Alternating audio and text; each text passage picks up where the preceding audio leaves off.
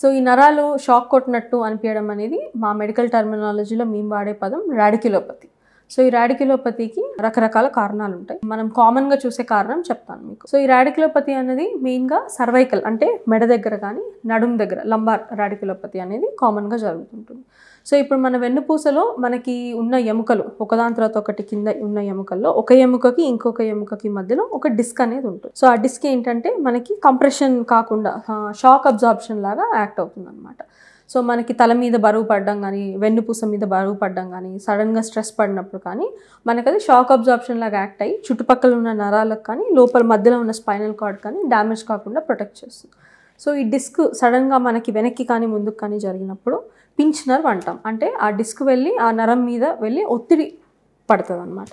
So అలా ఒత్తిడి పడినప్పుడు వచ్చే మనకి షాక్ లాంటి సిమ్టమే మనం రాడిక్యులోపతి అంటాం. సో మెయిన్గా మనకి cervical radiculopathy and lumbar radiculopathy అంటే నథింగ్ బట్ సయాటికా. మీరు కామన్గా వినే ఉంటారు సయాటికా అనే వర్డ్. మనము ఈ నడుము దగ్గర నుంచి కింద కాళ్ళకి జారే నొప్పిని ఏదైతే ఉంటుందో అది మనం సయాటికా అంటాం.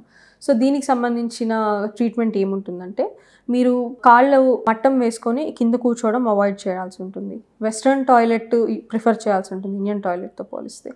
అండ్ ఎక్కువ వంగడం, సడన్గా వంగినప్పుడు ఏమవుతుంది మీ వెన్నుపూసలో ఉన్న నరం అనేది స్ట్రెచ్ అవుతుంది కాబట్టి ఇంకా మీకు పెయిన్ పెరుగుతుంది కాబట్టి సో ఎక్కువ వంగడము లేవడము ఇలాంటివి చేయకూడదు. అండ్ ఫిజియోథెరపీ ఎక్సర్సైజెస్ ఉంటాయి, బ్యాక్ స్ట్రెంథనింగ్ ఎక్సర్సైజెస్ అనేవి ఉంటాయి. సో మనం ఆ బ్యాక్ స్ట్రెంథనింగ్ ఎక్సర్సైజెస్ చేసుకుంటే కనుక ఈ సయాటిక్ పెయిన్ అనేది చాలా మటుకు కంట్రోల్ అవుతుంది.